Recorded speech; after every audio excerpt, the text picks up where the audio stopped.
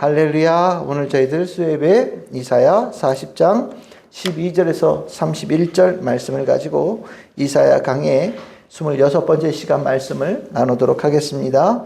오늘 읽었던 본문 31절에 방금 불렀던 찬송가 가사 바로 나오지요. 주를 앙모하는 자, 앙망하는 자 같은 이 중요한 아주 주옥 같은 말씀이 나오는 부분입니다.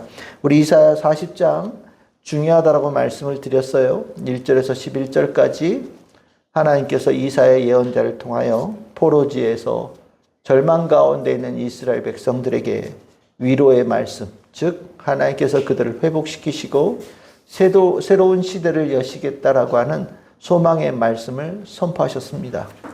이 귀한 말씀이 이 포로지에 끌려가 있는 낭만 가운데 있고 절망 가운데 있는 이스라엘 백성들에게 정말로 큰 위로와 격려와 일어설 수 있는 말씀이 분명히 되었을 것이라고 믿습니다. 그런데 이 말씀을 들을 때에 우리가 이제 한 가지 염두에 두어야 될 것은, 여러분들 생각해 보십시오. 긴 시간을 고통 속에, 절망 속에, 낭만 속에 있던 사람들, 그들의 심정이 어땠을까 한번 돌아보셨으면 좋겠어요. 하나님께서 그들에게 말씀을 주시고 그들에게 위로하시지만 그 위로가 그들의 심령에 깊이 들어가기가 너무나도 척박한 심령이 되어 있는 겁니다. 너무 오랫동안 힘들고 너무 오랫동안 절망하여서 너무 오랫동안 낭망하고 너무 처절한 패배를 맛보아서 하나님께서 주시는 그 말씀이, 이사야 예언자를 통해 주시는 그 말씀이 심령까지 잘 못 들어가는 거예요. 우리가 오랜 시간 동안 어려움에 당해 있는 이들이 참 의심이 많지 않습니까? 어려움을 처하면서 신뢰라는 것이 땅바닥에 떨어지죠. 어려움 가운데 있을 때 누군가를 신뢰할 수 있는 심령을 갖는 것은 정말 특별한 능력이라고 저는 생각을 해요. 너무 살기가 힘들고 척박하다 보니까 늘 자기 스스로도 자기를 신뢰할 만한 사람으로 여기지 못할 뿐만 아니라 자기에게 주어지는 모든 삶의 환경에 좋은 소식들도 먼저 의심하고 바라보고 불신으로 바라보고, 또한 그것에 대해서 얼마 가지 않아서 더 큰 실망으로 다가올까 봐 밀어내치는 일들이 허다하게 일어난다는 것을 우리는 아실 거라는 생각이 듭니다. 이스라엘 백성들도 이사야 예언자가 전해주는 말씀에 똑같이 반응을 했어요. 오늘 같은 12절에서부터 31절을 이해하기 위해서는 먼저 27절, 28절을 먼저 보셔야 돼요. 27절, 28절을 보시면 야곱아 어찌하여 내가 말하기를, 이스라엘아 내가 이르기를 말하며 이스라엘 내가 이르기를 내 길은 여호와께 숨겨졌으며 내 송사는 하나님에게서 벗어난다 하느냐. 이렇게 이사야 예언자가 이스라엘 백성들을 책망하고 있는 것처럼 보이거든요. 무슨 소리입니까? 하나님께서 그 길을 여신다고 우리 보고 준비하라고 하는데 이스라엘 백성들은 택도 없어, 불가능이야, 이렇게 얘기한다는 거예요. 무슨 하나님이 힘이 있어서 우리 여기 끌려올 때 하나님 한 번도 힘도 제대로 못 쓰시더구만. 우리가 오랫동안 여기 이렇게 포로지에 끌려와서 어려움을 당하는데 우리가 여기에서 하나님의 사랑받고 하나님의 관심 속에 있다는 것 조금도 낌새도 못 느끼겠더구만. 하나님께서 이 강력한 바벨로니아 이 거대한 제국의 힘을 뚫고 우리에게 오셔서 길을 내시고 우리가 돌아갈 길을 만드신다고? 에이, 불가능한 일이야. 하나님이 정말로 그들을 다 이길 수 있어? 하나님이 정말로 이 절망의 상황을 바꾸실 수 있어? 바꾸실 수 있었으면 진작에 바꾸셨겠지. 왜 이제까지 놔뒀겠어? 이사야 예언자가 하나님께서 소망의 말씀을 전하심에도 불구하고 이스라엘 백성들은 그 말씀을 심령에 담는데 너무 상한 심령이 되어져서 받아들이지를 못하는 거예요. 저는 이 상황을 우리가 충분하게 이해해야 오늘 이 앞에서 나오는 이 말씀들을 이해할 수 있을 생각이 들어요. 우리는 삶에 이렇게 낭만과 절망으로 쭉 이어지는 것을 지속하고 싶은 사람은 아무도 없습니다. 정말 한 사람도 없어요. 어렵고 힘들어도 이 상황을 벗어나고 싶고 이 상황에 대해서 해결하고 싶고 또 어려움을 극복하면서 승리하고 싶은 마음들을 다 가지고 있어요. 그러면 정말 그렇다면 그 길, 그 은혜, 그 소망, 그 기회는 어디서부터, 무엇으로부터 온다고 생각하십니까? 우리가 소망이라고 하는 것을, 희망이라는 것을 갖고자 하는 그 마음이 우리에게 분명하게 자리 잡고 있다면 이사야 예언자는 이렇게 얘기를 합니다. 그 소망은 그럼에도 불구하고 하나님께 있다라는 것을 알아야 된다. 하나님께서 소망의 전부이시고 하나님께서 해결의 능력의 전부이시고 하나님께서 이 모든 것을 주관하시는 유일한 분이라는 것을 알아야 된다. 그래서 아무리 절망이 오래되어지고 아무리 실망이 오래되어지고 삶의 환경이 아무리 척박해 보일지라도 그럼에도 불구하고 희망은 언제나 하나님께 두어야 된다라고 이사야 예언자가 이스라엘 백성들을 가르치고 있는 거예요. 이 가르침을 이스라엘 백성들이 쉽게 받아들일 수 있겠느냐? 그렇지 않은 건 확실해요. 그들은 이사야 예언자가 아무리 얘기를 해도 실은 받아들이는 것이 100마디의 말씀을 전했으면 한마디 받아들일까 말까 한 심령일 거예요. 그래서 이사야 예언서의 안에는 그 척박한 심령들에게 하나님의 소망의 뜻을 전하고자 하는 이사야 예언자의 깊은 사랑과 그들을 향한 갈망, 뜨거운 사명에 대한 열정이 담겨져 있는 것이 이사야서의 중요한 포인트입니다. 이사야 예언자는 이스라엘 백성들이 하나님을 향하여서 아주 작은 틈이라도 소망의 문을 열고 하나님을 향하여서 바늘구멍만 하더라도 구멍을 뚫을 수 있는 이스라엘 백성이 되기를 원했어요. 하나님은 너희들에게 강한 햇볕을 내려쬐고 계시니 소망의 빛을 내려쬐고 계시니 너희들이 그 어두운 그 지붕에 바늘구멍만한 문이라도 구멍이라도 뚫어보거라. 그러면 그것을 통하여서 하나님께서 너희들에게 무엇을 준비하고 계시고 어떤 일을 계획하고 계시는지를 그 바늘구멍만한 구멍을 통해서 너희들의 삶을 비춰주실 것이다 라는 것이 이스라엘 백성들에게 향한 이사야 예언자의 그 피 끓는 절규거든요. 이걸 다른 말로 표현하면 우리들의 삶에서 하나님을 향하여 바늘구멍 하나 뚫는 것이 굉장히 어렵고 힘든 일이라는 거예요.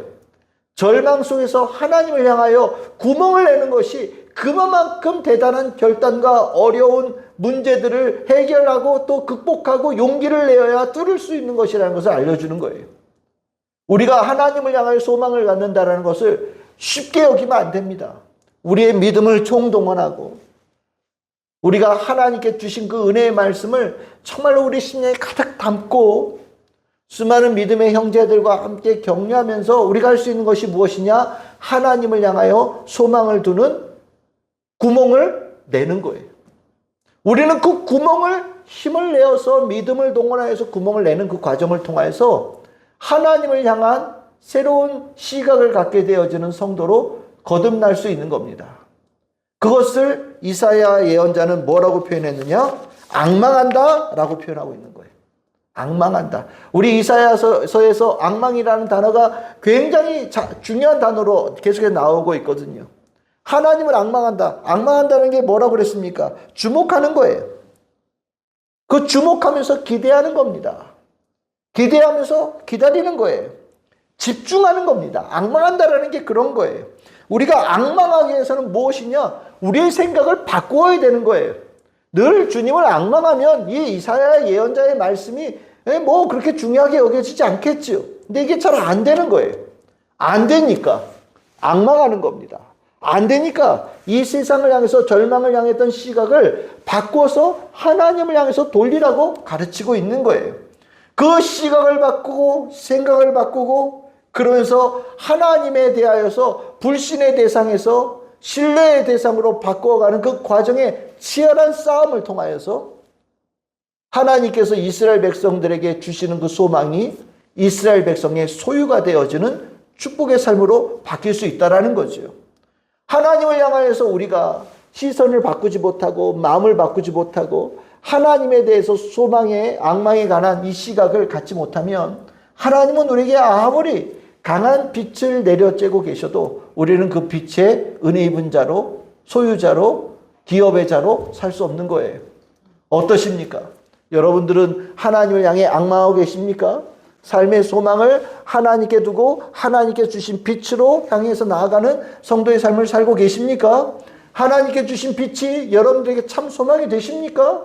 세상의 빛이 하나님께서 비추시는 빛보다 더 강하고 크고 아름답게 여겨지는 삶을 살고 계시진 않으십니까? 분명하게 기억해야 될 것은 하나님의 소망이 참 소망이라는 거예요. 세상의 그 어떤 소망도 하나님의 소망 앞에서 아무것도 아니라는 것을 우리가 먼저 확실하게 알아야 됩니다. 그것을 위해서 이사야가 앞에 길게 적어주고 있는 거예요. 12절서부터 26절까지. 이걸 설득하기 위해서. 하나님이 어떤 분이신지를 가르쳐주기 위해서. 하나님이 어떤 분이신지를 깨달아야 되는지를 포인트를 알려주기 위해서 이사야 예언자가 12절서부터 26절까지 말씀을 전해주고 있는 겁니다. 그러면 12절서부터 17절까지를 먼저 봅시다. 12절서부터 17절까지를 먼저 보시면 계속해서 반복해서 나오죠. 단어가 뭐냐면 누가라는 거예요. 누가 하나님을 잴 수 있느냐에 관한 얘기예요. 누가 하나님의 크기를 잴 수 있고, 누가 하나님의 넓이를 잴 수 있고, 누가 하나님의 깊이를 잴 수 있고, 누가 하나님의 크심을 잴 수 있느냐? 답은 뭘까요? 아무도 없다라는 거예요. 하나님은 이 세상에 그 어떤 누구도 하나님이 얼마만큼 크신지를 안다라고 얘기할 수 있는 이가 아무도 없다라는 겁니다. 하나님은 지혜에 있어서도 무한하신 분이셔서 하나님이 얼마나 똑똑한 분인지, IQ가 얼마나 되시는지 내가 측량해 보겠다, 이런 접근 자체가 불가능한 분이라고 얘기를 하고 있어요. 하나님은 누구에게 배우는 분도 아니고, 하나님은 누구에게 영향을 받는 분도 아니에요. 하나님은 홀로 모든 것을 스스로 만드시고 주관하시고 이끄시는 능력자시라는 것을 이사야가 이스라엘 백성들에게 가르쳐주고 있습니다. 이 단어를 우리가 무엇이라고 표현하냐면, 이사야 이제 40장에서 중요한 하나님에 대한 생각의 전환을 가르쳐준 게 뭐냐면 창조주 하나님이에요. 창조주 하나님이라는 것을 기억해라 라고 가르쳐줍니다. 하나님이 얼마나 크시냐라고 얘기할 때 하나님에 대해서 의심하는 이들이 어떤 사람들이냐면 하나님을 어떤 피조물 중에 한 정도의 존재로 본다라는 거예요. 하나님을 그냥 이 세상에 있는 어떤 존재하고 있는 그것과 이게 자꾸 대조하면서 하나님은 이것보다 크신 분인가? 하나님은 이분보다 크신 분인가? 라고 이렇게 자꾸 비교하는 일들이 생기는데, 하나님은 비교 자체가 안 되는 분이라는 것을 깨달아야 된다라고 가르쳐주고 있는 겁니다. 이 개념을 이사야 예언자는 이 이사야 40장을 통해서 강력하게 선포해 주고 있어요. 그 창조의 하나님은 크신 하나님이다. 그걸 너희들이 알면 하나님에 대해서 소망을 둘 것이다 라고 얘기를 합니다. 우리가 신앙이 줄어들면 하나님, 예수님이 작아 보여요. 내 믿음이 약해지면 하나님이 작아 보이고 예수님이 작아 보이고 성령님이 작아 보여요. 예수님이 만만해 보이고 하나님이 만만해 보여요. 참 사단이 우리에게 얼마나 해악을 일으키는 존재인지. 사단이 들어오면요, 자기가 제일 커 보여요. 내가 제일 중요하고 내가 제일 커요. 이 세상은 나 빠지면 아무 의미 없다라는 생각을 주어줘요. 하나님 아무것도 아니야. 네가 불행한데 하나님이 무슨 소용이 있어? 하나님 아무것도 아니야. 네가 행복하지 않으면 예수도 아무 소용없어. 성령님 그거 아무것도 아니야. 네 기분이 중요하지 성령이 뭐 중요해? 교회 중요하지 않아. 네가 중요한 거야.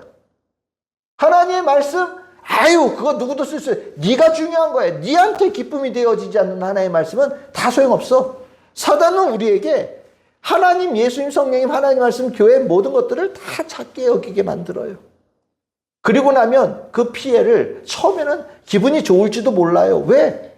내가 큰 존재, 대단한 존재, 중요한 존재라고 막 뻔뿌질 해주니까 기분 좋잖아요. 기분 좋은데 처음에는. 좀 지나면 어떤 문제가 생기냐. 하나님이 작게 여겨지면 내가 삶이 너무 불안해지고 두려움 속에 빠지기 시작하는 거예요. 처음엔 내가 크다라는 것이 너무 기쁜 생각이 드는데 내가 커지면 내가 의지할 수 있는 존재가 없어지는 거예요. 나를 도와줄 수 있는 존재가 없어지는 거예요. 하나님, 요만한 분인데 나를 무슨 수로 도와주겠어요? 그죠? 예수님 요만한 분인데 나를 무슨 수로 도와주겠어요? 성경에 있는 말씀, 이거 뭐 누구도 쓸 수 있는 글이라고 보였을 때 누가 이 말씀이 나에게 능력이 되겠어요? 그러니까 사단은요, 처음엔 사람을 이렇게 올려놨다가 사람을 가장 비참한 존재로 전락시키는 게 사단의 일이거든요. 근데 이사야 예언자는요, 다시 그 사단이 이스라엘 백성들에게 짜그러들고 쪼그라들었던 하나님을 다시 큰 하나님이라는 것을 알려주는 거예요. 창조주 하나님, 크신 하나님, 누구도 잴 수 없이 무한하신 하나님이라는 것을 너희들이 다시 한번 하나님에 대한 인식을 바꾸어라 라고 가르쳐주고 있어요. 여러분들에게 하나님은 어떤 분이십니까? 창조주 하나님 맞으시죠? 크신 하나님, 무한하신 하나님, 온 우주의 창조주 되시고 주관하신 하나님, 가늠할 수 없는 하나님, 모든 것의 시작이고 모든 것의 마무리가 되신 하나님, 그 하나님에 대한 인식을 여러분들이 회복하기를 바랍니다. 그러면서 우리가 하나님에 대해 소망을 두고 하나님께 주시는 변화의 새 시대에 들어갈 수 있는 믿음의 성도들이 되어지는 거예요. 두 번째로 말씀하고 있는 것은 무엇이냐면 18절에서 20절이에요. 우상들과 비교를 합니다. 비교 불가의 하나님을 얘기를 하죠. 우상들, 저도 이렇게 가끔 이렇게 유튜버 이런 데 보면은 어디 관광지에 가면 특히 이제 동남아나 이런 데 가면 늘 나오는 게 있어요. 산 위에 어마어마하게 큰 불상, 예를 들어서요. 예? 동양 최대, 신상, 이런 것들, 그 관광지 갈 만한 곳이라고 막 이렇게 소개하는 부분들 나오더라고요. 여러분들 우상들은 최선을 다해서 만들어요. 가장 이쁘게, 가장 멋있게, 온갖 보석들 주렁주렁 매달고, 비싸 보이고, 아름다운 모습을 갖게 하려고 금칠을 하면서 우상들을 만들죠. 우상들을 그렇게 만드는 것은 누가 보더라도 여기에 뭔가 대단한 것이 있는 것처럼 여기기 위해서 만드는 거예요. 그런데 우리가 이 가운데서 우리가 반드시 알아야 될 것은 우상이라고 하는 이 단어 앞에서 하나님은 아무리 어떤 그 아름다운 것으로 하나님보다 더 크다라고 얘기할 만한 것들을 만들지라도 하나님은 그것과 비교할 수 없는 분이라는 것을 이사야가 가르쳐주고 있는 거예요. 여러분들 바벨로니아 땅에 얼마나 많은 우상이 있었겠습니까? 얼마나 큰 우상이 있었겠어요? 자기네 국력을 다 동원해서 자기가 믿고 있는 신상을 아마 크게 만들었을 거예요. 근데 이사야 예언자는 너희들이 보고 있는 것의 신상이 커 보이면 커 보일수록 하나님은 그거보다 월등하게 크신 하나님, 더 나아가서 그 모든 것들은 사람이 만든 거지만 하나님은 사람의 손으로 묘사도 할 수 없는 하나님이라는 것을 너희들이 반드시 깨달아야 된다고 가르쳐 주고 있어요. 그래서 여기서 나오는 것이 유일하신 신이라는 거예요. 유일하신 하나님. 유일신 신앙이 나와요. 이사야서에서 40장에서 하나님에 대한 소개를 할 때 첫 번째가 뭐라고 그랬어요? 창조주 하나님. 창조주 하나님에 대한 인식을 가르쳐 주면서 이스라엘 백성들이 하나님을 향해서 소망을 갖게 되어질 이유를 가르쳐 주는 거거든요. 하나님에 대한 시각을 확 키워주는 거예요. 두 번째 중요하게 가르치는 내용이 뭐냐? 하나님은 이 세상에 있는 우상들과는 아예 비교할 수 없는 참된 유일한 신, 그래서 유일하신 하나님이라는 것을 가르쳐 줍니다. 너희들이 아무리 이 세상에서 대단한 것을 볼지라도 진짜 움직이고 진짜 살아계시고 그 살아계신 하나님께서 이 자리까지 오실 수 있는 신이라고 불려주신 존재는 오직 하나님밖에 없다. 오직 하나님만이 그 일을 하신다. 그 오직 하나님이 너희들에게 오직 소망이 되시는 바로 그분이다 라고 가르쳐 주는 거거든요. 잘 생각해 보세요. 우리는 신들을 찾아서, 우상 섬기는 사람들은 신들을 찾아서 갑니다. 신들을 찾아서 만나러 우상 앞에 절하러 가요. 근데 여러분들에게는요, 살아계신 하나님께서 우리에게 찾아오시죠. 우리를 만나 주시죠. 우리의 심령에 거하시죠. 그런 하나님이셔요. 그분은 유일하신 하나님이시죠. 신이라고 불려질 수 있는 참된 유일한 신이라는 것을 이스라엘 백성들에게 가르쳐주고 있습니다. 우리가 이 하나님에 대한 이 소중함을, 귀함을, 유일하심을 우리가 깨달을 때 하나님에 대한 시각을 갖게 되어진다. 분명히 기억하시길 바랍니다. 그리고 나서 21절에서 24절까지는 어떤 말씀을 하고 있느냐? 역사를 주관하시는 하나님에 대해서 얘기를 해요. 폐하시고 세우시고 나라를 만드시고 나라를 폐하시고 지도자를 세우시고 지도자를 폐하시고 자연 만물에 심기시고 거두게 하시고 마르게 하시고 모든 일을 하시는 하나님, 역사의 모든 순환, 역사의 모든 진행을 주관하시는 주권자이신 하나님임을 이사야가 전해주고 있습니다. 역사의 주관자 되신 하나님이라는 것은 성경을 통해서 계속해서 우리에게 가르쳐주고 있는 거죠. 하나님께서는 한 번도 쉬지 않고 이 인류의 역사에 자신의 뜻을 피시고 그것을 이루셨다라는 것이 성경의 가르침이거든요. 그런데 오랜 시간 동안 고통 속에 있다 보니까 하나님이 그런 분이라는 걸 잊어버리는 거예요. 그런데 이사야 예언자가 다시 하나님이 어떤 분이신지를 가르쳐주면서 역사를 주관하신 하나님을 가르쳐주고 있어요. 이 역사의 주관의 포인트는 어디에 있느냐? 구원의 하나님이십니다. 역사를 이끌어 가시는데 역사를 이끌어 가실 때 목적이 있잖아요. 역사를 이끌어 가시는 초점이 있잖아요. 그 초점이 무엇이냐면 구원에 있어요. 구속에 있다는 거예요. 그것을 이사야 예언자가 가르쳐주고 있어요. 그래서 12절에서부터 24절까지 쭉 이으면 하나님은 세 하나님을 우리에게 가르쳐주고 있어요. 첫 번째는 창조주 하나님, 두 번째는 유일하신 하나님, 세 번째는 역사를 주관하시는 구원자 하나님, 구속사의 주관자이신 하나님을 가르쳐주고 있는 거예요. 이 하나님에 대한 개념은 이제 구약 성경을 넘어서서 신약 성경까지 이어지는 하나님에 대한 중요한 이해의 기초가 되어집니다. 하나님이 어떤 분이시냐? 이 세 하나님에 대한 인식을 가지셔야 돼요. 이 세계에 대한 인식이 여러분들에게 확고하게 들어있다면 여러분들이 삶의 소망을 어디에다 둡니까? 하나님께 두는 거예요. 창조주 하나님이시기에 내가 내 삶의 소망을 하나님께 두고, 유일하신 하나님이시니까 딴 데 안 가고 하나님께 내 소망을 두고, 역사를 주관하시며 구원의 뜻을 이루시는 하나님이시니까 내 삶의 소망을 하나님께 두는 거예요. 그 하나님께 소망을 두는 이유를 이사야 예언자가 이렇게 가르친 겁니다. 그러면서 25절, 26절 이것을 요약해요. 우리 25절, 26절 우리 같이 한번 읽어봅시다. 시작. 거룩하신 이가 이르시되 그런즉 너희가 나를 누구에게 비교하며 나를 그와 동등하게 하겠느냐 하시니라. 너희가 누를 높이 들어 누가 이 모든 것을 창조하였나 보라. 주께서는 수요대로 만상을 이끌어내시고 그들의 모든 이름을 부르시나니 그의 권세가 크고 그의 능력이 강함으로 하나도 빠짐이 없느니라. 아멘. 이 25절과 26절은 12절에서 24절까지 이어졌던 하나님의 이런 분이시다라는 것을 소개한 것을 요약해서 가르쳐주고 있는 말씀이에요. 우리가 이것을 이제 깨닫게 되어지고 나면 다시 돌아가서 27절에서 하나님은 우리를 구원할 능력도 없고 우리를 회복시킬 능력도 없다라고 하나님에 대해서 불신하는 이들이 이제 생각이 바뀌기 시작하겠죠. 아, 내가 잘못 생각하고 있었구나. 하나님을 작게 여기고 하나님을 제대로 이해하지 못하고 하나님에 대해서 내가 거짓되어진 생각으로 내가 물들어 있었구나 라는 것을 깨닫게 되어지면서 이제 하나님을 향하여 불신하던 자가 하나님을 향하여 믿음으로 바꾸고 하나님에 대하여 눈을 돌려서 하나님을 바라보는 자로 바뀌어지는 놀라운 전환이 일어나기 시작한다라는 거예요.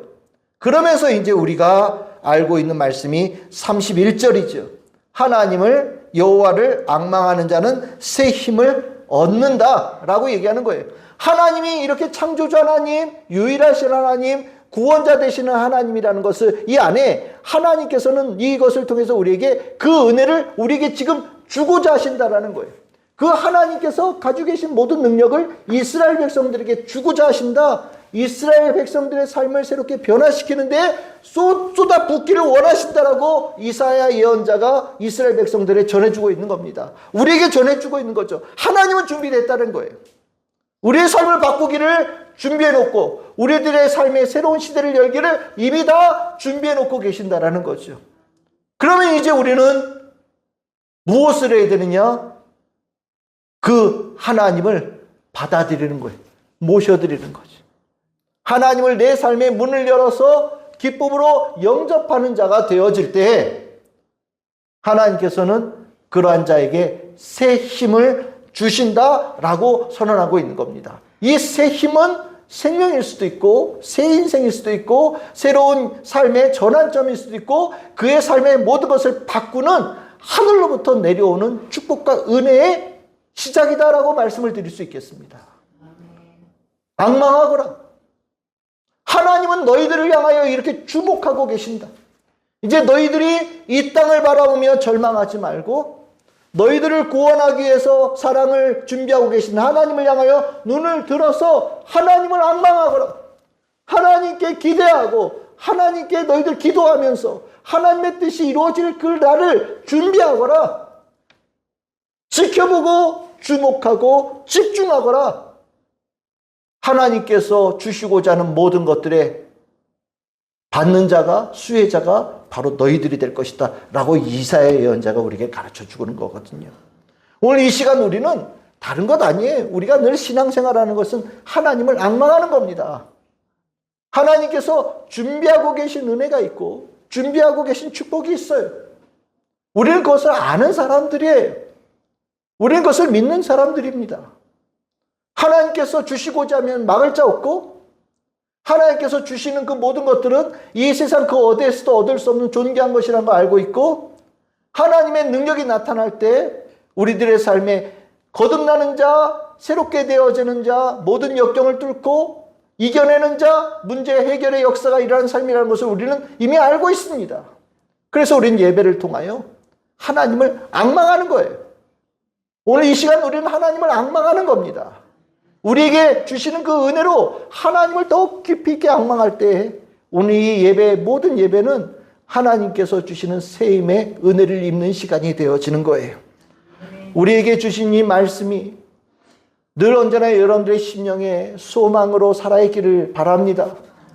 하나님을 향하여 앙망하는 내가 되어지고 그 앙망하는 자에게 주시는 새 힘으로 가장 어두울 때에도 하나님을 향하여 바늘 구멍만한 구멍을 뚫어낼 수 있는 자, 가장 어려울지라도 하나님께로부터 오는 그 빛을 찾아서 하나님에게 소망의 빛이 들어오는 구멍을 낼 수 있는 자, 그리고 내 삶에 그 구멍을 통해서 들어오시는 하나님의 능력을 기대하는 자, 어둠을 물리치고 빛으로 내 삶을 바꾸어 주시는 하나님을 인정하고 모셔드리는 자, 우리 참 즐거운 교회 모든 성도들 다 되시기를 주님의 이름으로 축복합니다.